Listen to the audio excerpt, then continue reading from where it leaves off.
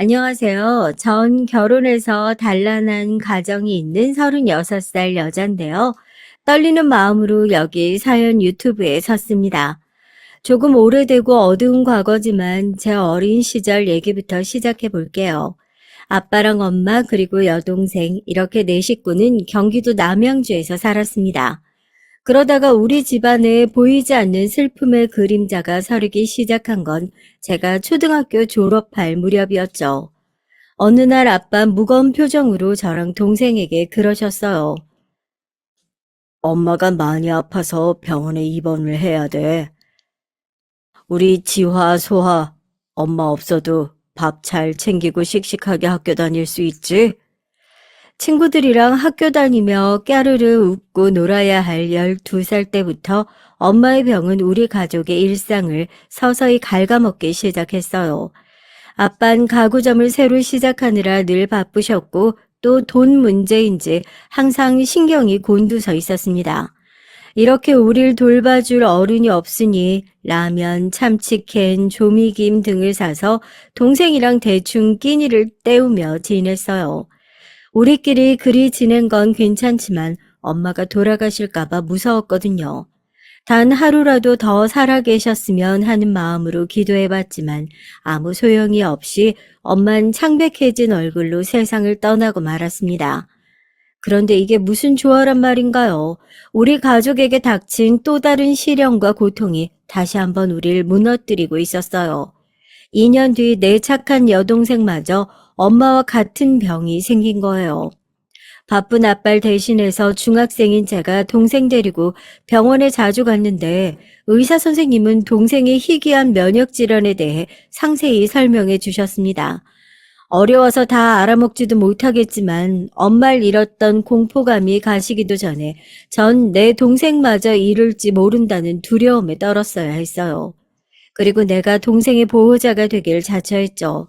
비록 중학생에 불과한 나이였지만요. 왜냐면 엄마 때처럼 무력하게 떠나보내지 말고 동생을 꼭 낫게 해줄 거라고 다짐했으니까요. 학교 마치고 동생이 입원해 있는 병원을 제 집처럼 드나들고 TV랑 만화책 보며 우린 항상 같이 있었고 잠도 병원에서 잔 적이 많았어요. 간호사 언니들이 저한테 집에 가서 쉬다 오라고 밀었지만 조금이라도 더 많은 시간을 동생과 함께 하고픈 간절함에 말릴 수도 없었죠. 어제 TV에서 봤는데 여성 바텐더가 너무 멋지더라. 나 20살 되자마자 칵테일 전문가 자격증 따고 싶어, 언니. 여자 바텐더라. 너한테 잘 어울리는 것 같다. 그럼 언니가 바 사장하고 거기서 네가 칵테일 바를 맡아서 우리 같이 하자.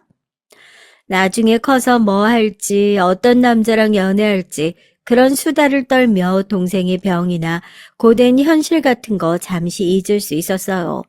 하지만 파리한 동생 얼굴에 죽음이 임박해 왔음을 느끼고 병원 복도로 뛰쳐나와 눈물을 참았던 기억들이 아직도 생생합니다. 그리고 그 아이는 15이라는 너무 예쁘고 앳된 나이에 세상을 떠나고 말았어요. 뭐가 그렇게 급하다고 훌쩍 엄마 곁으로 가야 했는지 아마 언니나 아빠보단 엄마 품이 그리웠나 봅니다. 동생마저 떠나고 난 뒤 나는 어두컴컴한 무대에 홀로 남아 삶의 목적을 잃은 채 방황했어요.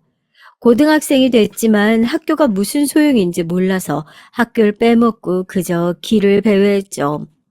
도대체 너까지 왜 이러냐? 담임 선생님 전화가 몇 번째인데 계속 이러다가 퇴학당하면 어쩌려고. 고등학교는 졸업해야지.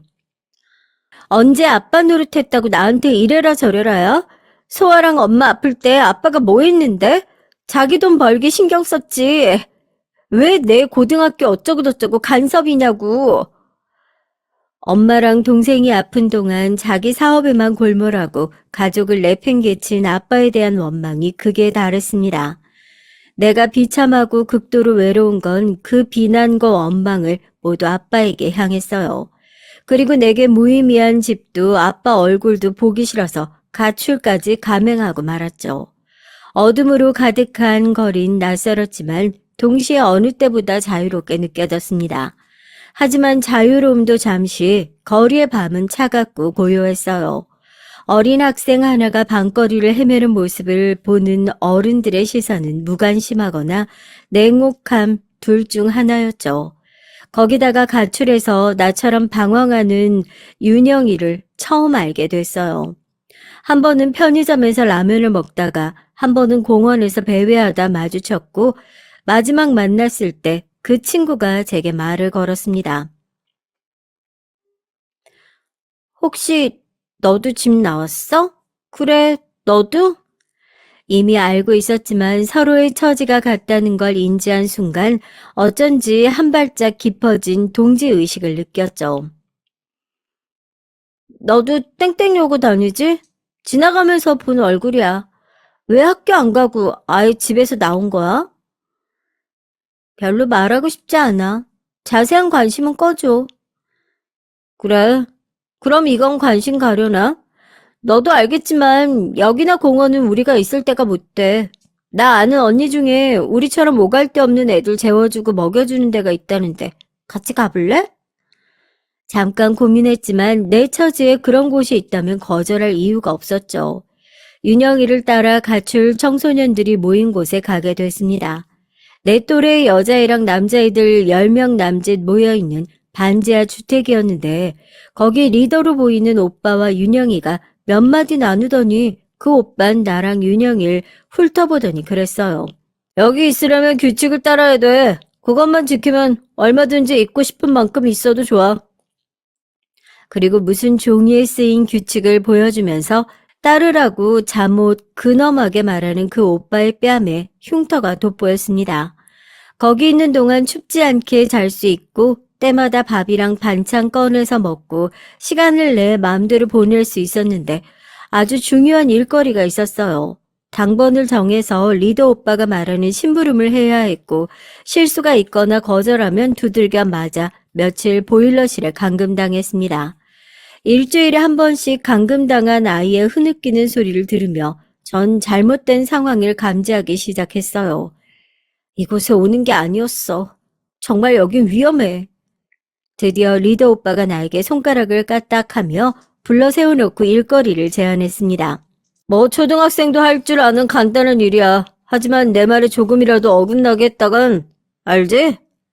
근처 골목에서 작은 소포 하나를 전달하고 오면 되는 일이라고 했어요. 리더 오빠가 말한 장소에서 후드티를 머리까지 푹 쓰고 고개 숙이고 기다리는데 누가 다가와서 말했죠. 오늘은 먹이 2개가 필요해. 넌 비둘기냐? 그 말은 바로 리더 오빠가 말한 암호 같았습니다. 오빠가 알려준 암호에 대한 대답을 뱉었죠. 난 다람쥐 먹이 하나가 있어. 그 말에 고개를 끄덕인 여자에게 갖고 온 소포를 내민 순간 여자가 말했죠. 너 혼자 왔어? 네가 온 곳은 어디야? 본능적으로 이 상황이 위험하다는 것 직감이 들어서 도망치려는 순간 그 여자는 내 팔을 꼭 잡았습니다. 잡았다. 어딜 도망치려고. 이 형사님 덜미 잡은 것 같습니다. 여자는 내 팔을 포박하고 무전기로 다른 경찰들을 불러들였어요. 아, 나는 경찰에게 잡히고 만 것이었죠. 그대로 경찰서로 끌려갔습니다. 네가 전달하던 이 소포가 뭔지 알아? 전 몰라요. 그냥 아는 오빠가 전달해달라고만 해서. 이거 불법 밀매야. 너 지금 현장 검거된 거라고. 그때 기억났습니다. 리더 오빠가 가장 주의하라고 신신당부했던 그 일이 벌어지고 말았죠. 혹시 짭새들에게 걸리게 되면 이건 무조건 너 혼자 벌인 일이야. 행여라도 여기 얘기 조금이라도 흘리면 네 친구 얼굴을 칼로 난도질하고 너도 나중에 찾아가서 똑같은 꼴로 만들 거야. 명심해.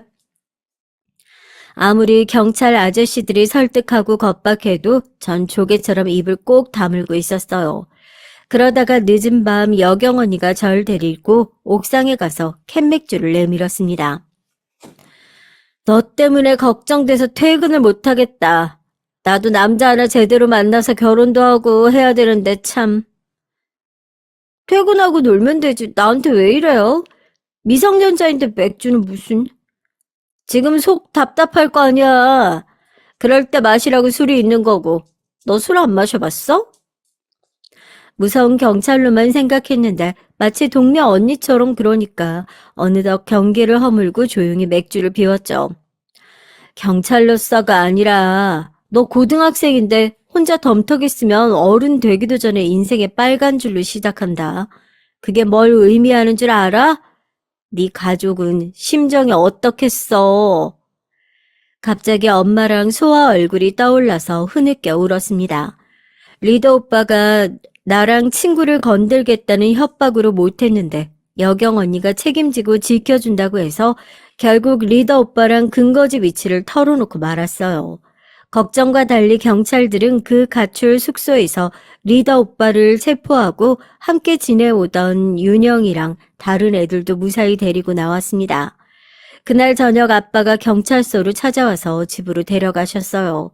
가출해서 무시무시한 짓을 하다 경찰서에서 제외한 나에게 아무런 비난이나 말씀 없이 조용히 운전만 하는 아빠에게 처음 무섭다는 느낌을 받았습니다. 정말 다친 데 없지? 그럼 됐다. 너도 범죄에 연루된 거라 책임을 피하지 못할 뻔했는데 그 김지혜라는 여경이 최선을 다해서 훈방조치 되었으니까 걱정하지 마. 미안해, 아빠. 너희 엄마랑 소화 간 지 얼마나 됐냐? 하나 남은 너까지 잘못될까봐 아빠 정말 잠도 못 자고 너만 기다렸다. 근데 우리 딸 이렇게 멀쩡히 돌아온 것만으로도 고마워. 그럼 그때 옆에서 있어주지. 엄마랑 소아랑 아빠가 그리웠을 거란 말이야. 아빠가 병원비랑 고칠 약값은 어떻게 구하겠니? 돈을 벌지 못하면 아픈 사람 고치지도 못하고 떠나보낼까봐 두려워서 더 열심히 가게 했지. 근데 치료란 치료는 아주 소용없이 그렇게 허망하게 갈 줄 누가 알았니? 다시 그때로 돌아갈 수만 있다면 아빠가 옆에서 지켰을 거다. 가장으로서 병원비 때문에 아픈 가족 옆에 있지 못하고 가게에 매진했어야 하는 아빠의 마음을 전 헤아리지 못했던 거죠. 나만큼 아빠도 후회하고 그리워하고 아파하고 있다는 걸 그때 깨달았습니다. 고등학교까지 무사히 졸업하겠다는 약속을 아빠랑 하고 학교로 돌아갔어요. 범죄의 길로 들어설 뻔했던 위기의 순간을 겪으며 윤영이와 우정은 한층 깊어졌는데 다행히 윤영이 또한 정신 차리고 학교로 돌아왔더라고요. 다시는 그런 길로 빠지지 말고 자신을 지키는 것이 얼마나 중요한지를 배웠고 공부는 못해도 우린 학교 수업은 절대 빼먹지 않았어요. 그러다가 다른 친구 소민이, 영주, 지혜까지 이렇게 4명의 친구와 친하게 됐죠. 남들 눈엔 공부도 못하고 몰려다니는 질 나쁜 애들이라 손가락질 받았을지 몰라도 그 친구들이 없었다면 내 인생은 천박한 사막이랑 같았을 겁니다. 최고로 속 깊고 의리까지 갖춘 멋진 애들이죠.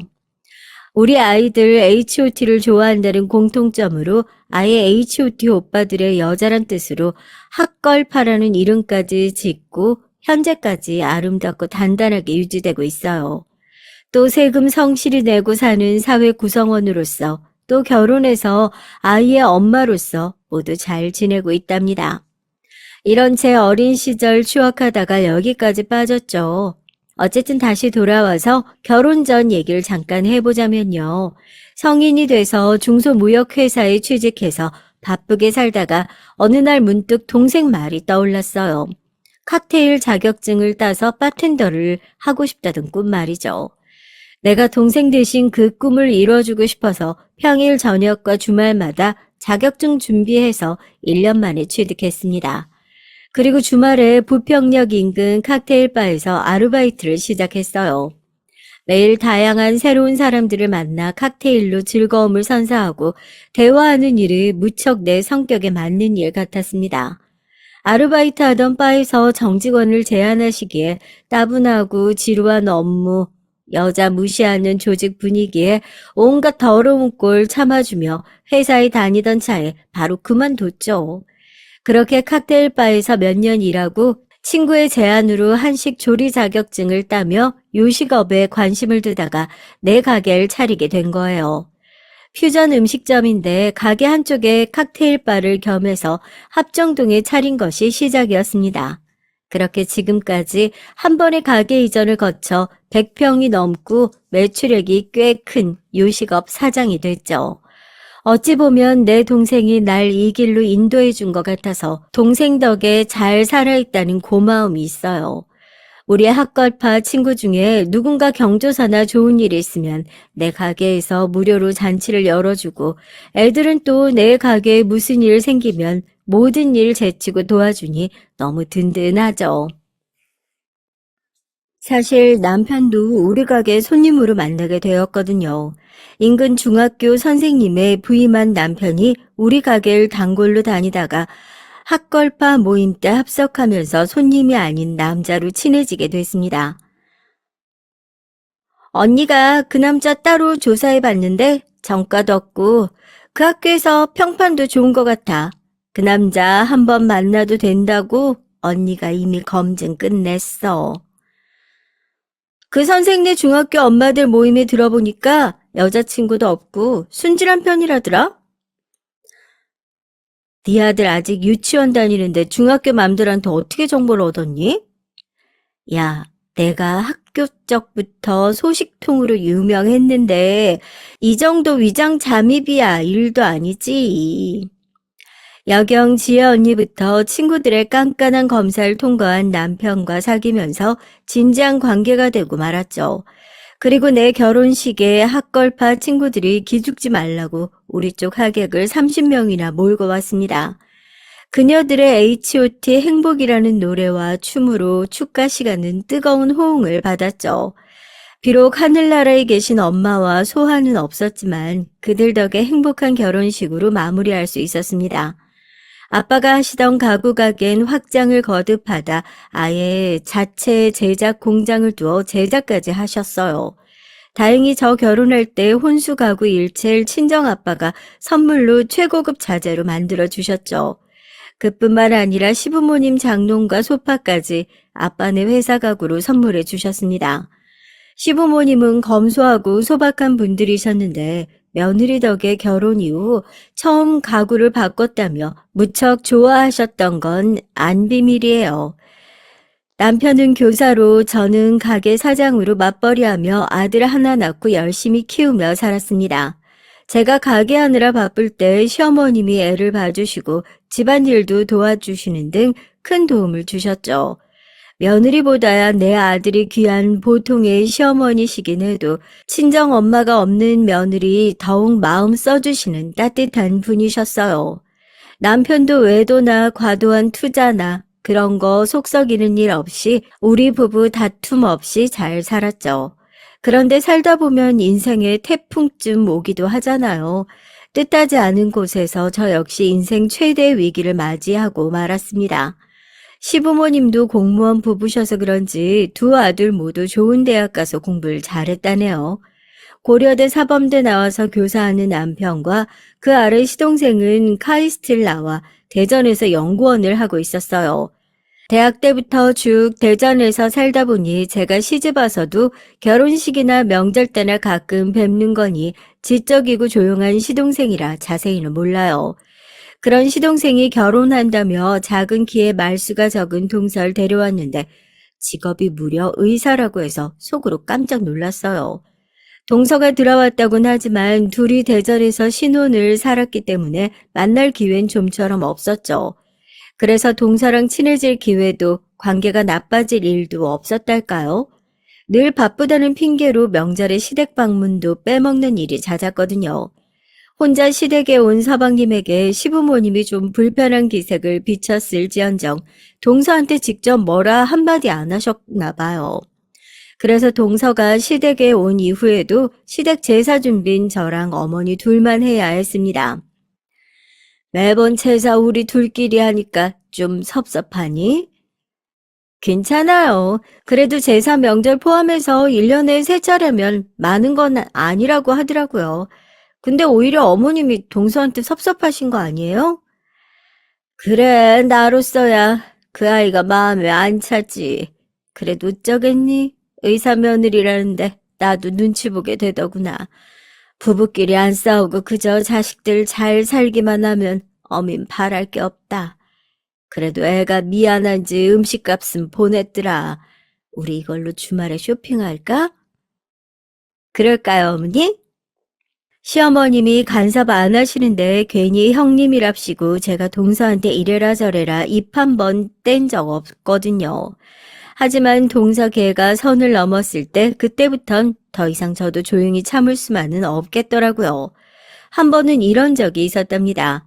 시모의 생신을 겸해서 시댁 가족끼리 강릉에 2박 3일 가족여행을 계획했어요. 제가 펜션 예약부터 거기 전체 여행 계획이랑 비용도 다 됐죠. 하지만 여행을 떠나는 날 가게에 비가 들이닥친다는 직원의 연락을 받고 급히 가게로 갔습니다. 하는 수 없이 남편만 시부모님 모시고 먼저 출발하고 전 가게 일을 마무리한 뒤에 남편에게 연락했죠. 지금 누수로 보이는 곳은 박 사장님이 임시 공사를 했는데 날이 맑을 때 제대로 보수 공사를 해야 할 거래. 그럼 난 이제 출발할게. 그래. 잘 됐다. 재수 씨도 병원 일로 이제 출발한다고 하니까 그 차편에 같이 와. 그렇게 동서의 차를 얻어 타고 강릉을 향해 출발하여서 가는데 빵빵! 동선 참지 못하고 클락선을 마구 눌러댔어요. 아이씨, 저 모닝 똥차 따위가 감히 내 벤츠 앞을 끼어들어? 그렇게 난폭한 운전은 세상 처음 봤습니다. 동서답지 않게 왜 이래? 무슨 안 좋은 일 있었어? 오늘 세미나에서, 말하면 뭐, 형님이 의사로서 스트레스를 알긴 해요. 물론 난 의사가 아니니까 잘 모르겠지만 얘기하다 보면 동서 기분이 좀 풀릴 거 아니야. 이렇게 난폭하게 운전하고 가다가 바로 황천길 갈까봐 무섭다고. 아이씨, 자기들이 뭘 잘나며 뭐 얼마나 잘났다고 사람 개무시하는 건지 모르겠어. 지금 나한테 하는 말이야? 아니요. 오늘 의사들끼리 모여 세미나 했거든요. 그런데 거기 나온 의사들이 날 지잡대 편입생 출신이라고 대놓고 무시해요. 내가 발표할 땐 손가락으로 귀를 파고 질문 하나 안 하면서 저희들끼리 크크거리고 비웃기나 하죠. 와, 아니 의사면 다 똑똑하고 잘났을 걸 뭐. 그 가운데서 또 출신으로 편을 가르고 그러냐? 나도 같은 의사고시 패스했지. 인턴 레지던트 다 거친 정식 의사인데 죽을 때까지 그놈의 출신 대학으로 영원히 같은 레벨로 인정 안 할 거예요. 그 새끼들 다 죽여버리고 싶어. 급기야 동선 가속 페달을 미친 듯이 밟는 게 아니겠어요. 이러다가 차가 사고라도 나겠다 싶어서 겨우 동설 어르고 달래서 국도 옆 편의점에 들러 잠시 쉬기로 했습니다. 따뜻한 커피와 간식을 사들고 와서 동서에게 까주면서 그랬어요. 내가 어떻게 동서 심정을 이해하겠냐만 원래 열등한 인간들일수록 남의 티끌은 들추고 비방하기 마련이지 않겠어? 나 고등학교 때 날 무시했던 세연이란 계집애가 있는데 지금까지 동창회 나와서 하는 말이 있어. 걸레가 깨끗이 빤다고 수건되냐. 옛날에 가출하고 사고치던 년들이 지금 돈 좀 번다고 유세 떠는 꼴 보니까 토 나온다고. 그딴 말을 당사자 앞에서 했다고요? 내가 잠시 자리 비우면 애들한테 날 씻고 다니는 것 같은데 통에 내가 다 듣지 않겠어. 참다 참아주다가 지난번 동창회 때 걔 따기 한 대 대차게 걷어올리고 5만 원권 20장 뿌리면서 이렇게 말했지. 야, 네 뺨 한 대 값으로 이 정도면 되냐? 돈 싫으면 내 뺨 한 대 치고 같이 경찰서 가든가. 아니면 다신 나 씹고 깝치지 마라. 뭐라고요? 형님 깡패예요? 원래 내가 안 건들면 나름대로 참을성도 있고 둥글둥글한데 한번 빡 돌면 누구도 못 말린다고. 우리 학걸파 영주들도 그런다니까. 그러니까 동서도 나한테 안 물리게 조심해. 이렇게 얘기하면서 나처럼 동서 무시하는 의사 놈들한테 본때 한번 보여주라며 농담 섞어 얘기했죠. 대화하다 보니 동서의 분했던 표정이 좀 누그러지는 것 같아서 화장실 좀 다녀와서 출발하자고 화장실로 들어갔죠. 그런데 나와서 아무리 찾아도 동서의 그 하얀색 벤츠가 안 보이는 거예요. 그래서 다급히 동서한테 전화해서 어디 있느냐고 물었습니다. 형님, 내 차 못 탑니다. 거기서 한 13km만 걸으면 목적지니까 알아서 와요. 야, 장난치지 말고 어서 돌아오라고. 되게 웃기네. 너 형님이랍시고 내 앞에서 조언한 거니? 나 무시하고 욕해도 걔네가 좋은 대학 나온 의사라 그래도 참아주는 거야. 근데 대가리 나쁜 꼴통년이 지 동창생 같은 얘기하면서 뭐? 나한테도 깝치지 말라고? 형님 너야말로 나한테 개긴값 톡톡히 치르게 해줄 테니까 정신 말짱하게 걸어서 와요. 이러고 동서가 전화를 팍 끊어버린 데다가 이후 아무리 전화를 걸어봤자 싹 무시했어요. 이미 캄캄해진 밤에 혼자 시골길을 걸으면서 얼마나 황당하고 열받았는지 몰라요. 가로등도 잘 없는 초행길 촌동네에서 이러다가 험한 꼴 당할까봐 게다가 어두컴컴한 도로라 가끔 쌩안이 지나가는 차에 치일까봐 두려웠죠. 힘들게 2시간 넘게 걸어서 펜션에 도착하자마자 시부모님이 절 보며 도리어 그랬습니다. 첫째 너도 참, 이 오밤중에 왜 그랬다니? 둘째 차나 얌전히 타고 오지. 아무리 기분 상했다고 중간에 내려서 사라졌다면서 여기까지 걸어왔어? 다리 괜찮아? 이미 동서가 먼저 시부모님과 남편들에게 저랑 말다툼하다가 기분 상해서 저 혼자 내려서 걸어왔던 거짓말을 퍼뜨린 거죠. 이제와 시시콜콜 말하기 그래서 그냥 동서만 째려보고 여행 내내 말 섞지 않고 다녀왔던 기억이 나네요. 아무리 지가 기분이 상했건 어쨌건 그 시골 캄캄한 때 사람을 버려두고 가는 법이 어디냐고요. 그렇지 않나요? 그때부터 난 동서에게 동선 나에게 악감정이 생기기 시작했던 것 같아요. 서로 투명 인간 취급하며 사이 나빠진 걸 알아챈 시어머님을 자꾸 저한테 동서 좀 봐주라고 잘 지내보라고 그러시고 남편도 마찬가지 입장이었습니다.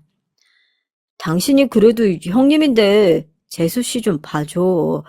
근처에 새로 생긴 병원으로 환자들이 몰리면서 재수 씨네 병원 운영이 힘들다고 그러더라고. 그래서 요즘 어머님이 나한테 하소연했구나? 그렇게 며느리 노릇은 안 해도 시부모님 명절 용돈은 잘 챙겨줬었는데 요즘은 일절 없다고 하시던데? 그래, 재수 씨 의대 때 학자금 대출도 남아있고 버는 돈이 생각보다 얼마 안 된대. 수혁이 따낸 의사 와이프 덕 좀 볼 줄 알았더니 생활비 대부분 자기 월급에서 나간다고 앓는 소리 하더라고. 동선의 딱한 사정 얘기 들으니 분했던 마음도 누그러지면서 그래, 평생 가족으로 엮여 살 텐데 내가 한번 봐주지 했어요. 곧 이사 준비하고 있다는 얘기에 내가 먼저 동서한테 연락을 해봤죠. 잘 지냈어, 동서? 오랜만이다. 병원은 여전히 잘 되지? 네, 병원은 뭐 똑같죠. 저한테 무슨 하실 말씀 있으세요? 아니, 조만간 이사 간다고 하는데 내 도움이 좀 필요할까 해서. 맞아요. 결혼할 때 잠깐만 전세로 살 거라 거기 빌트인 된 거 뭐 있고 싸구려 가구만 몇 개 들어놨죠. 그래서 이번에 보니까 가구랑 가전 다 새로 들여놔야 할 판국이더라고요. 그래? 가구라면 우리 친정아빠 회사에 내가 얘기 잘 해놓을 테니까 한번 가봐. 최대한 저렴하게 좋은 걸로 맞춰달라고 부탁드릴게. 동선 좋은 가구를 합리적인 가격에 드리니 좋고 친정 아빠한텐 고객을 이어준 셈이니 내가 생각해도 참 잘했다 싶었죠.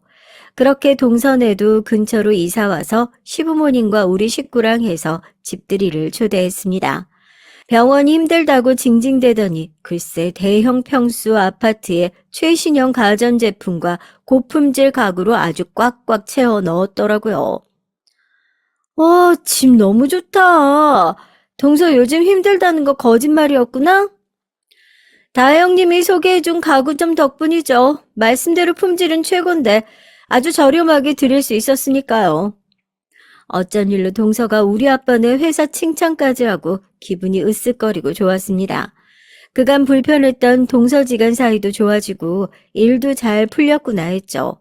그런데 말이죠. 그로부터 반년쯤 지났을까요?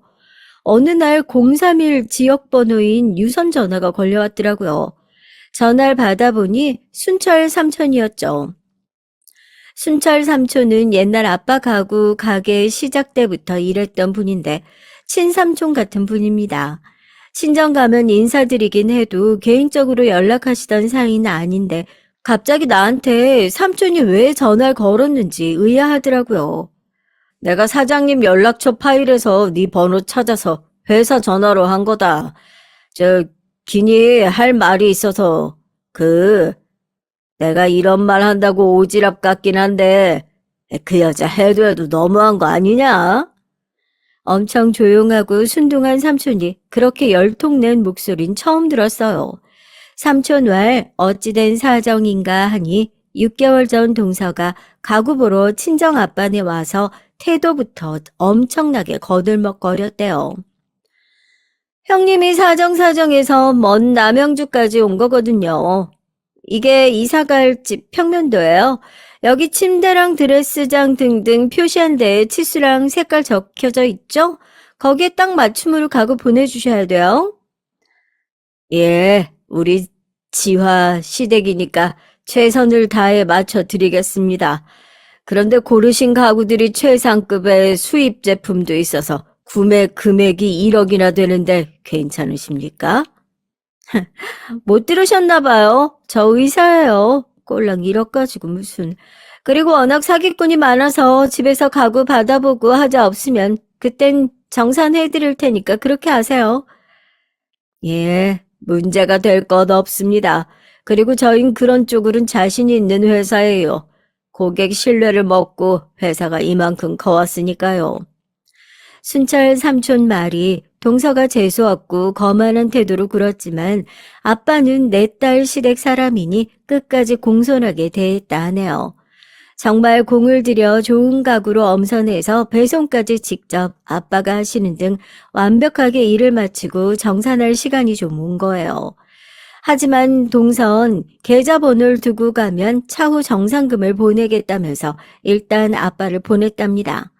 모르는 사이도 아니고 심지어 의사라는데 돈을 떼어 먹겠나 하고 동서 믿고 오셨다죠. 그런데 일주일이 지나고 한 달이 지나가도 가구값은 들어오지 않았답니다. 정중하게 연락해도 차일피일 미루고 나중에 나의 잡상인 취급하면서 연락까지 씹더래요. 그러기를 벌써 6개월이나 지난 겁니다. 지금 사장님이 얼마나 곤란한 상황인지 알기나 해. 요즘 회사 사정이 많이 안 좋거든. 그래서 그 1억이면 당장 급한 사채를 갚을 수 있어서 얼마나 절실한데. 그 의사라는 양반이 어째 그럴 수 있단 말이냐? 급한 사정에 친정아빠가 동선의 병원까지 찾아가서 조심스럽게 정산해달라고 하니까 돌아오는 대답이 더 가관이었습니다. 못 배운 집안이라 그런가? 이렇게 무례하기 짝이 없네요. 그깟 가구값 때문에 여기가 어디라고 병원까지 됐어요. 가구 품질이 너무 안 좋으니까 그냥 반품할게요. 가져가세요. 아니, 그게 무슨 소리요? 가구를 6개월이나 사용해놓고, 이제 와 반품이라니. 자꾸 이렇게 귀찮게 구시면 제 기분이 슬쩍 상하려고 하거든요. 형님 옛날에 좀 놀았다면서요. 가출까지 하고. 그거 우리 시부모도 아시나 모르겠어요. 동서의 이 한마디에 친정아빠는 아무 소리 못하고 돌아와서 낮부터 혼자 술을 드셨대요. 삼촌이 말한 이 대목에서 미친 듯이 화가 났습니다. 내 딸이 혹시나 사돈 어른들에게 밉보일까 싶어 딸보다 더 어린 년한테 수모를 당한 아빠의 심정이 어떠셨을까요? 삼촌의 얘기를 듣자마자 난 동서가 있는 병원에 쏜살같이 갔습니다. 접수 간호사에게 내가 시 형님인데 당장 만나겠다 하자 간호사는 어차피 환자도 없으니 바로 원장실로 들어가시라 했죠. 내가 원장실 문을 열고 들어가자마자 동서는 날 보고 아는 척도 안 하고 간호사 들으라는 듯 소리쳤습니다. 김 간호사, 내가 아무나 들이지 말라고 몇 번 말하니? 환자분 오시면 어쩌려고. 이분 데리고 나가서 퇴근 시간까지 기다리라고 해. 뻔히 눈앞에 있는 날 투명 인간, 아니 비렁뱅이 취급하면서 간호사한테 끌려 내보내려 하는 게 아니겠어요. 눈에서 레이저가 뿜어나올 듯 동서를 강렬하게 쳐다보며 그랬습니다. 너 우리 아빠한테 그딴 짓 하고 또 날 이렇게 취급해? 내가 전에 그랬지. 한 번 건들면 내가 누구보다 무섭게 돌변한다고. 네, 기억하네요. 그런데 뭐 어쩌라고요. 바쁘니까 나중에 오세요. 내 말을 무시하는 동서를 보며 분해서 눈물이 날 지경이었습니다. 간호사가 연신 미안해하며 나가시라고 하니 내 발로 병원 밖에 나오긴 했는데 이대로 물러날 수는 없었어요. 혼자 분을 이기지 못하고 다시 들어가서 그년 머리채를 끌고 나올까 어쩔까 고민했다가 지혜 언니에게 전화를 걸었죠.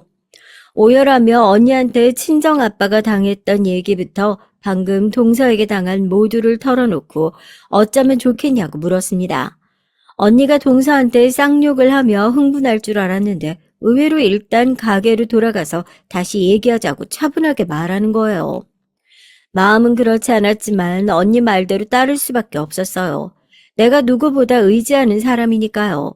가게 일이 손에 잡히지 않아서 직원들에게 맡기고 멍하니 발코니 의자에 앉아있는데 이윽고 지혜 언니부터 윤영이, 소민이 등 학걸파가 모두 찾아온 겁니다.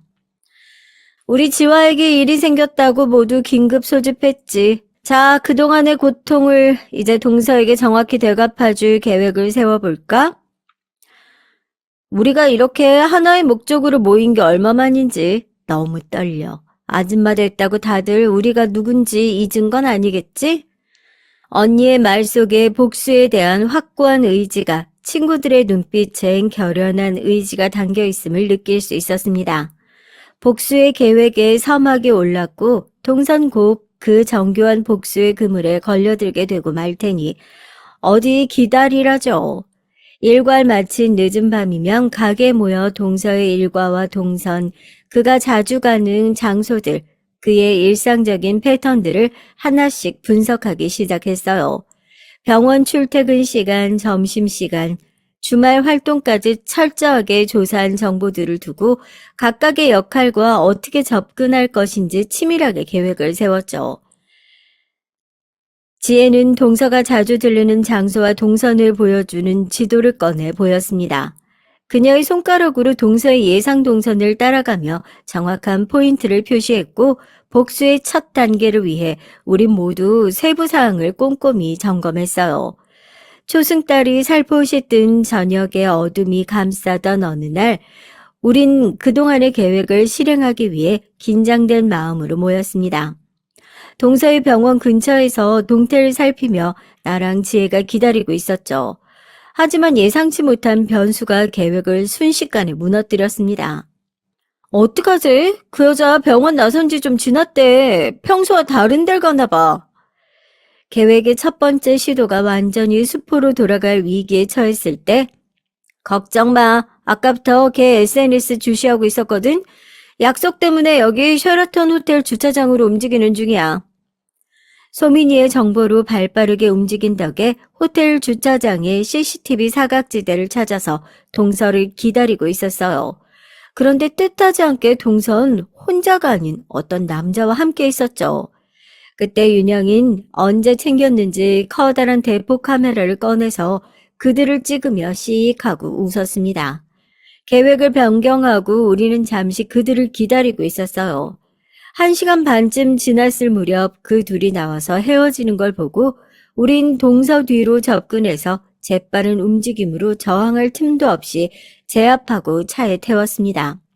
눈과 귀를 가린 채 납치된 동선 버려진 창고로 데려와 의자에 결박된 채 묶어뒀어요. 창고는 인천항 근처 미리 준비해둔 곳으로 외부와 완벽히 차단된 장소임이 분명했죠. 차가운 콘크리트 벽, 좁고 답답한 공간, 그리고 빛 한 줄기 없는 어둠 속에서 동선 격렬하게 소리치고 저항했습니다. 너희들 누구야? 강도면 내가 원하는 대로 돈 줄 테니까 이것 좀 풀어달라고! 동서를 데려와 놓은 이후 누구도 말을 하거나 어떠한 행동도 하지 않고 가만히 기다리기만 했어요. 우리 중 누구도 처음 계획처럼 동서 뺨을 때리고 머리채를 잡아당기며 욕하는 행동 같은 걸 시도할 엄두가 나지 않았습니다. 그렇게 되면 정말로 폭행을 하는 건데 멀쩡히 가정을 이루고 사는 친구들에게 차마 거기까지 하고 싶진 않았거든요. 하지만 신체적 고통보다 크고 두려운 고통은 심리적 압박이라는 걸 동서의 변화로 알 수 있었습니다. 분노에 휩싸여 발버둥을 치던 동선 점차 시간이 지나고 말수가 줄어들고 자신의 처지를 깨닫기 시작한 듯 했어요. 저기요, 누군지 몰라도 제발 이러지 마세요. 예전에 친구들에게 괴롭힘 당하다가 운동장 단상 아래 창고에 갇힌 적 있다고.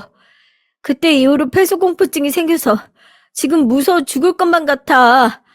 살려주세요. 그 말을 듣고 변조된 마이크를 통해 처음으로 말을 했습니다. 너 멀었어, 아직. 그간 너의 행동으로 얼마나 많은 사람이 상처를 입었는지 중요하지. 어떠한 이유로 지금 이 상황에 처하게 됐는지 깊이 생각해야 할 거야. 내 대답에 급발진하듯 동선 자기 의료행위 실수로 피해를 본 환자 얘기부터 심각한 따돌림으로 괴롭힌 대학 동창의 얘기까지 모조리 고해성사하기 시작했어요. 걔 생각보다 정말 많은 죄를 짓고 살았더군요. 하지만 아쉽게도 그 속에 나에 대한 얘기는 없었습니다. 그만큼 그녀에게 내 존재가 하찮아서일까요? 아니면 평생 저지른 죄가 많아서 나랑 친정 아빠에게 한 짓은 잘못도 아니라 생각한 걸까요? 허탈한 마음으로 동서에게 물 한 모금을 먹게 해준 뒤 지혜랑 소민이에게 그곳을 맡기고 전 집으로 돌아왔죠. 우린 만약의 사태에 대비해서 2인 1조로 교대 근무를 서기로 했거든요. 아이 유치원 등원과 출근하는 남편을 보내며 평소와 다름없는 오전 일과를 시작했지만 마음 한구석엔 동서가 어쩌고 있는지 궁금했습니다. 혹시나 싶어 주의를 기울였는데 서방님이나 시부모님 모두 동서가 어디에 있는지를 전혀 모르고 있었어요. 그도 그럴 것이 어젯밤 동선 제주도 학회 참석이 예정되었던 때라 자기 집에 들어오지 않았어도 서방님이나 병원에서 의심할 수 없었죠. 몇 시간의 연락 두절로 서방님이 경찰에 실종 신고라도 하는 게 아닌가 걱정했는데 그 부부에게 평소와 다름없었나 봐요. 일단 들키지 않았으며 안도하고 창고로 이동해서 밤새워 지켰던 친구들과 교대했습니다. 그 시간은 창고 안에 갇혀있던 동서를 지켜보는 저 혼자만 있을 뿐이었어요. 잠들었던 동서가 깨어나고 잠시 생각하더니 이내 흐느끼기 시작했습니다. 거기 누구 있어요? 또 아무 소리도 없네. 나 혼잔가? 그래, 이렇게 생각해보니까 어릴 때 날 괴롭히던 놈들 이상으로 나도 괴물이 되어버린 것 같아. 학교에서 나 늘 외톨이였지. 낡고 해진 옷, 관리 안 된 손발톱, 그리고 항상 주눅 들어있는 모습 때문에 다른 애들은 날 조롱하거나 피했으니까. 그럴수록 누군가 눈 마주치는 것조차 두려웠고 더 소심하고 두려움에 떨고 선생님들조차 내 상황을 외면했는데 나한테 무슨 힘이 있겠어. 10살 무렵 홧김에 맨날 괴롭히던 제호를 박치기로 반격하고 처음으로 인생의 진리를 깨달았지. 약한 모습 들키면 잡아먹힌다는 걸. 그때부터 너 자신이 악마가 되기로 했다는 거야? 악마라니. 악마는 우리 집이었어. 처음엔 술 먹고 엄마 때리는 아빠가 원인이라 생각했는데 아니야. 알코올 중독인 아빠가 아니라 저항 한번 못하고 당하기만 한 엄마 잘못이지. 약하고 물러 터졌으니까 제 딸년 하나 건사 못하고 그게 뭐야. 그때부터 누구도 날 짓밟을 수 없도록 내가 먼저 밟아주겠다고 결심했고 선의 같은 것보다 분노와 의심으로 사람을 봤던 것 같아. 평범한 대학에 입학하고 사회적 성공이 절실히 필요해서 의대 편입만 목표로 달렸어. 그래서 결국 의사의 꿈을 이뤘으니 됐잖아. 그런 여유와 능력이 생기면 강팍한 마음 접고 주변도 챙기면서 내 신세 챙기긴 누굴 챙겨. 의대 들어가면 끝인 줄 알아? 몇 억이 드는 학비 때문에 내가 뭘 했게. 이 몸뚱이 팔았어. 여의대생이란 타이틀 달면 2배나 더 비싼 화대 받을 수 있다는 더러운 세상을 네가 알기나 해? 왜? 이제 나 창렬하고 욕해보지 그래. 구청에서 주는 최저 생계비 받아 쓰는 부모에다가 학비 달라고 하냐. 은행도 안 빌려주는 돈을 어디서 구하겠어. 그게 뭐 어때서. 동서가 그렇게 절박하게 살아온 줄은 미처 몰랐습니다. 왜 그리 돈에 집착하고 남들에게 인색하게 굴었는지 이해가 되고 동정심마저 들었죠. 그렇게 내 힘으로 거머쥔 의사였어. 자존심 버려가며 내 20대를 모조리 바쳤건만 의사 되고 보니 생각보다 별거 아니더라고. 맞선 시장에선 내 집안 환경이 발목 잡아서 같은 의사끼리 결혼도 어려웠고, 그리고 환자들은 뭐 지병 고쳐주는 의사를 식당 서비스직 정도로 여기는데 아주 가관이야. 머리도 나쁜 것들이 내 말 안 듣고 그저 자식들한테 시종일관 친절한 미소로 위로해주길 바란다고. 의사한테 말이야. 그게 짜증나서 내보내면 병원에 대한 욕을 퍼뜨려서 환자들은 갈수록 빠져나가. 의료 장비 리스비에 병원 임대료에 아직도 돈돈 하는데 그런 내 처지가 왜 그토록 의사가 되려고 아등바등 거렸나 회의감이 들어. 공부 못하고 가출까지 했던 시댁 형님이 하나 있는데 지금 가게 하면서 월 2천만 원씩 번다고. 내 남편이 매사 비교질 하더라. 내가 무려 의사인데 말이지. 참나. 그게 얄미워서 저희 친정 가구점에 내가 가구값도 안 줬어. 처음엔 천천히 주려 했다가 지금은 진짜 병원이 어려워서 당장 1억이 없다고. 어쩔 수 없는 거 아니야? 넌 그 가구점 사장님이 사채에 시달리고 있다는 건 알고 있어? 뭐, 뭐라고? 아니, 거기 규모도 크고 잘 되는 데 아니었어? 그 사장님도 절박한 심정으로 너희 병원에 찾아갔던 거래. 돈 없던 시절 너처럼 미수금 1억이라도 받으면 사채빚 독촉에 시달리지 않을 수 있잖아? 아, 알겠다. 그래서 그 깡패 새끼들이 시켜서 지금 나 가둔 거야? 내가 잘못한 건 맞지만 그래도 이런 짓 당할 만큼은 아니잖아. 갚을게. 그 사장님 그런 사정까진 몰랐어. 내가 그렇게 어릴 적 보살핌도 못 받고 불쌍한 사정인 거 다른 사람들도 다 몰라서 너한테 그랬던 거야. 누구나 타인의 아픔엔 무관심한 법이니까 네가 불행했다고 해서 타인에게 아픔을 주는 일에 면죄부가 생기는 건 아니잖아? 그 말을 끝으로 동선 입을 다물었습니다. 2시간 뒤 방광이 터질 것 같으니 소변 좀 보게 해달라고 해서 도와주고 가져온 주먹밥과 물을 주었어요. 허겁지겁 그걸 먹는 동서에게 측은한 마음을 보고 있는데 교대하기 위해 친구들이 창고에 왔습니다. 의사라고 뻐기더니 24시간도 안 돼서 완전 노숙자같이 돼버렸네. 쟤 처먹는 것 좀 봐. 우리 이제 그만하자. 무슨 소리야? 아직 계획 첫 단계밖에 안 됐는데. 시계를 보니 동서를 데려와 가둔 지 20시간이 다다른 때였어요. 계획은 1박 2일이었지만 여기서 난 멈추고 싶었습니다. 얘들아, 여기까지 너희들 덕분에 올 수 있었어. 정말 고마워. 이제 그만하자. 더 이상 하면 우리가 동서만큼 나쁜 년 될지도 몰라. 영주의 만류에도 전 그 자리에 없던 지혜 언니랑 친구들에게 전화로 내 뜻을 알렸습니다.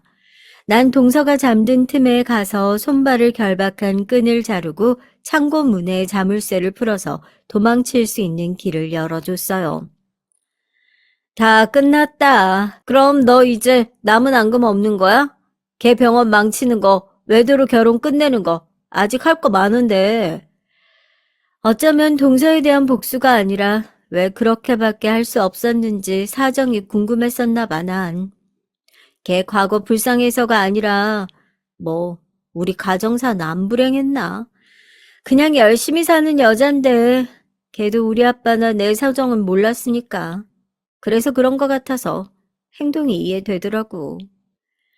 친구랑 복귀하면서 차창밖 노을을 보는데 어쩐지 내 마음도 홀가분해졌어요.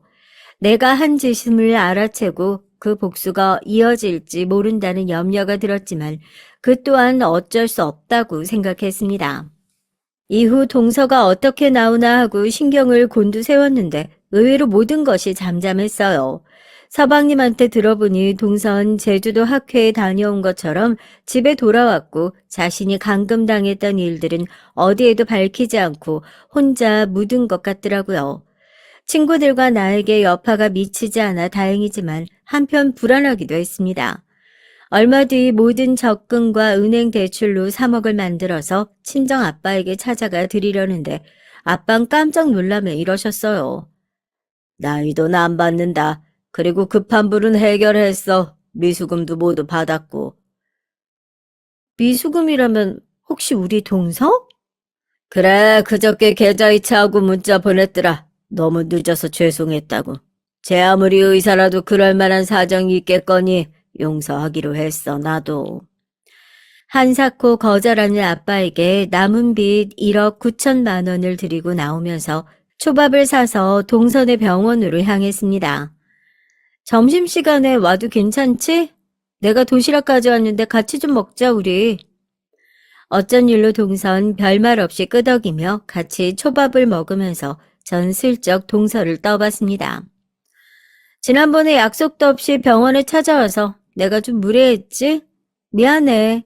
친정집에서 얘기 들었어. 동서 사정 어려울 텐데 가구값도 보내주고.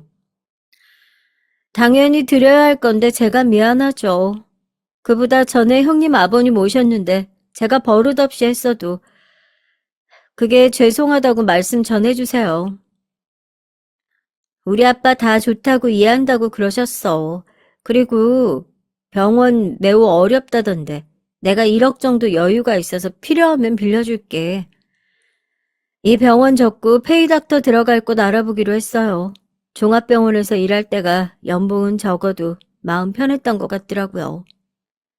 어쩐 일인지 동선 자신에게 일어난 일에 대해 한마디도 하지 않았고 도리어 여러 가지 자신의 결정을 매듭 짓는 모양이었습니다.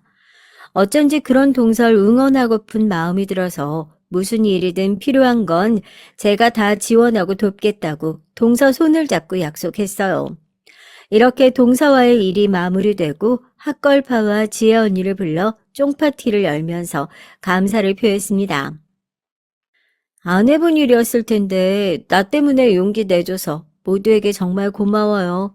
별거 아니지만 백화점 상품권 좀 넣었어요. 이걸로 쇼핑도 하시고 미모에 투자도 하라고. 참고로 너희 알리바이라든가 창고 증거물 등은 내가 다 체크했으니까 행여나 지와 동서가 경찰에 신고하더라도 너희가 용의선에 있진 않을 것 같아. 걱정하지 말고. 영주한테 들으니까 동서가 너 혼자 있을 때 과거 고해성사했다며? 그래서 복수의 마음이 수그러든 거야? 그래도 잘했다. 내 친구다운 선택이야. 그래, 난 좀 아깝단 생각도 든다. 우리가 준비한 게 많았는데. 그날 건진 외도 사진도 있고 알아보니까 그 남자 레지던트 때 같은 병원에 있던 친구더라고. 혹시 모르니까 내가 킵해둘게. 나중에 동서가 또 싸가지 없이 굴면 나한테 바로 말해라. 그로부터 2년이 지난 지금까지 그 사건들은 학걸파와 동서만 아는 비밀로 묻고 있습니다. 그때 이후로 동서랑 한결 편하고 서로 웃으며 보는 사이가 됐어요. 마치 동생처럼 무슨 일 생기면 챙겨주고 안부도 묻고 그렇게 지내니까 동서가 날 가깝게 느끼고 연락도 따로 하고요. 명절에 자기 친정엔 안 가도 저하고는 꼭 만나려고 하는 걸 보면 절 언니처럼 여기는 건 맞겠죠? 지금까지 서툴고 장황했지만 제 얘기가 재밌으셨나요?